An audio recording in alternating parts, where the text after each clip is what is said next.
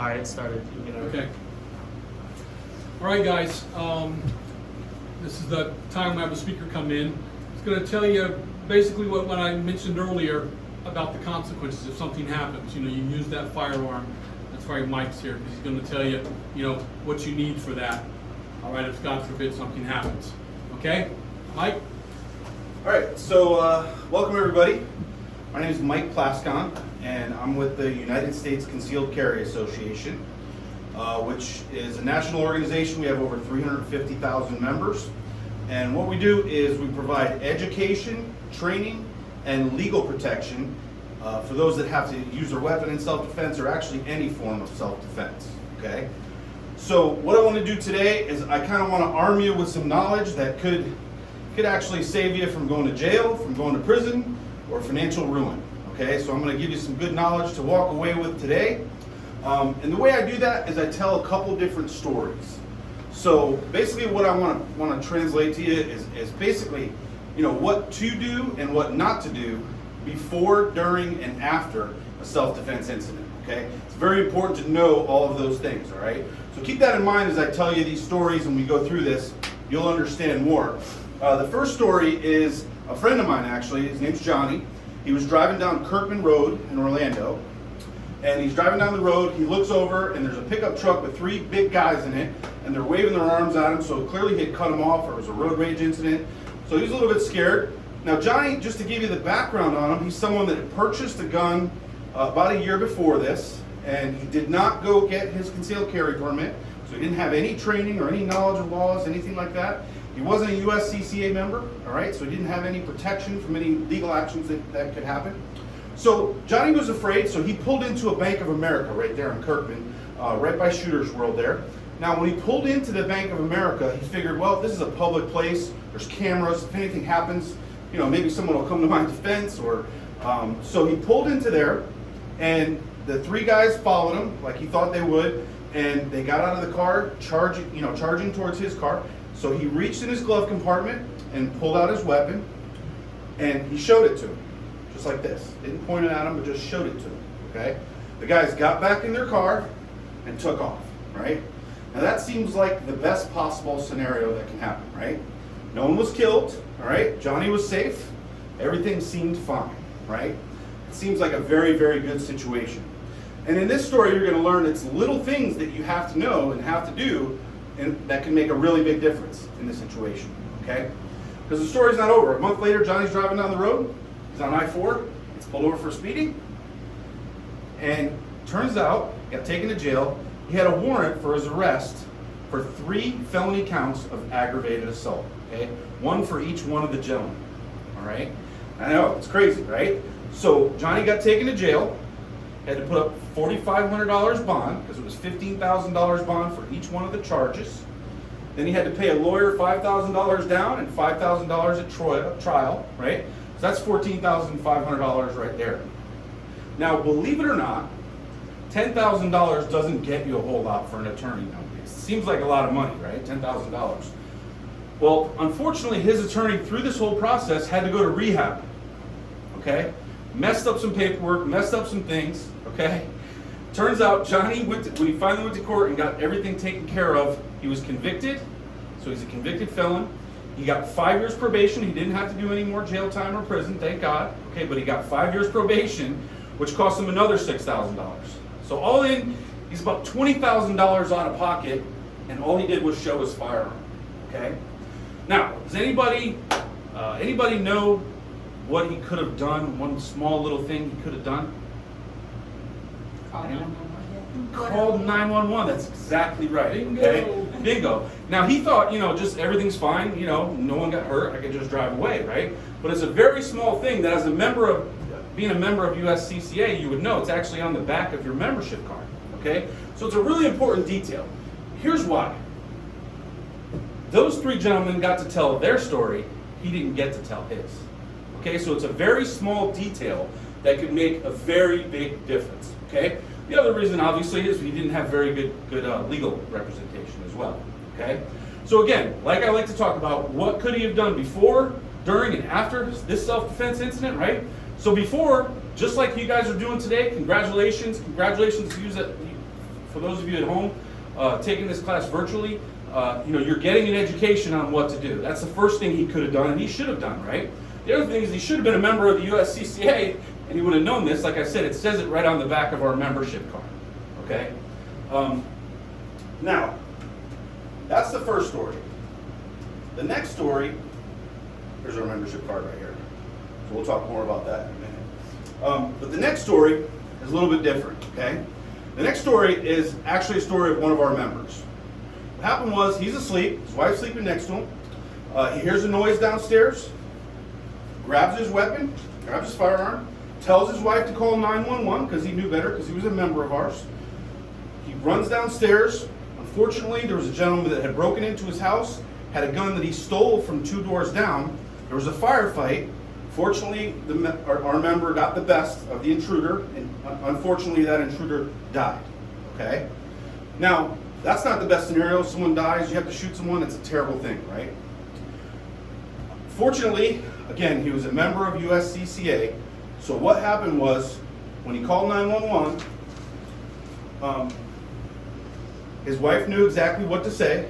Okay? By the time she had got someone on the phone, he had already fired shots. Okay? So all she said was, we were attacked, we were in fear for our life, we had no choice but to act.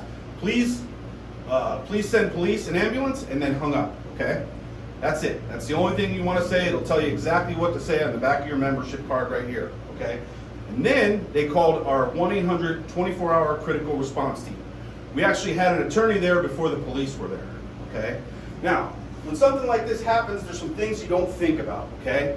Self-defense is a very subjective thing, right? Especially in a criminal case, all right? And it depends, where you are, what district attorney you have. There's a lot of variables that can happen. Fortunately, in our case, unfortunately, I should say, he was taken in, he was questioned, and he was charged with manslaughter, okay? Now, what did we provide for him? Well, he had no out-of-pocket medical, or no out-of-pocket bail, no out-of-pocket legal defense, okay? But on top of that, we provided a hazmat team, all right? We also provided defense experts, which is something people don't think about that you're gonna have to have in a case like this, all right? A private investigator to do his own research of exactly what happened, all right? We provided all of that to our member, so in the end, he was found innocent and walked, all right? It did take about 1.5 years. Now, all of the stuff I've talked about so far is just the criminal side. Now, on the criminal side, the good thing is that you're innocent until proven guilty, right? So the burden of proof is on the state to make sure that they have to prove that you are guilty, right? Unfortunately, it's not the end of the story for our member, all right? The person that he shot had a 12-year-old son. The mother of that son knew that she was not going to get child support for 6 more years. She legally was able to, had a legal right to sue our member for $70,000 of lost child support, okay? So just imagine going through all the stuff you've got to go through. You kill someone in their house, the hazmat team has to come, terrible experience you go through, right? You go through all that, and then it's not over. Now you're getting sued, okay? Now, the civil side is different. The burden of proof is actually on you to prove that you were not negligent or liable in the case, okay? So it's completely different. And that's what a lot of people don't think about either, is because it takes about 3 to 5 years of going to court, and the legal fees can be just astronomical in a case like this, okay? So instead of putting our member through 3 to 5 more years of torture and we actually provide psychological treatment for him as well. That's another thing that we provide. When something like this happens, you'd be surprised. You actually get PTSD most of the time if you shoot someone. So we went through the whole process. Instead of going through a process that would take 3 to 5 years, we just settled. We paid $70,000. So that's another thing that we do. Something that could have taken 3 to 5 years took 3 to 4 weeks. Okay. So those are just some of the things. Again, we talk about before, during, and after a self-defense incident. Congratulations on taking the class today. It's the first step, okay? Get as much more training as you can, all right? Now that's another thing we provide. One of the things that you'll see that I handed out to you on the membership here, you'll see that there's 3 different memberships, right? There's gold, there's platinum, and there's elite, all right? The gold is $22 a month. If you want to add a spouse, it's $7 more. Platinum is $30 a month. If you want to add a spouse, it's $9 more. And the elite is $47 a month. If you want to add a spouse, it's $13 more per month. Okay? Now you're going to say, Mike, what's the difference between the three memberships? Well, it just depends on how much protection you want to have. Okay? So the gold membership at $22 a month gives you $600,000. For $8 more, this is our most popular membership, which is the platinum. So for $30 a month, you get $1.125 million worth of coverage. If you have a good amount of assets, or you just want to be completely covered like myself, $47 a month gets you $2.25 million in coverage. All right? Now, let's talk about what you get by signing up today. You're going to get some cool stuff. You're going to get this cool ammo can, number one. You get a hat. You get a patch. And the world's coolest USB drive. This is actually a USB drive, and there's $400 worth of training on here to get you started with too. So there's some really good self-defense type training on there for you. You're going to get all that stuff for becoming a member today. Again, you get the membership card. You're also going to get a couple things that are pretty cool.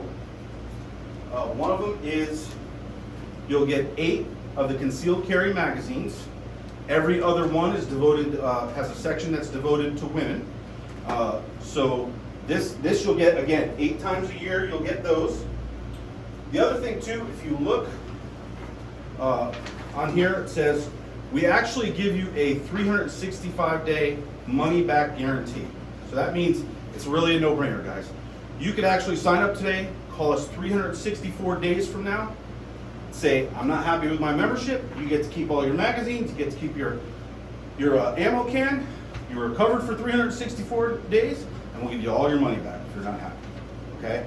So really, there's no obligation at all. You can try us out for a year and get all your money back if you're not happy. But I'll tell you what, we never have anybody cancel.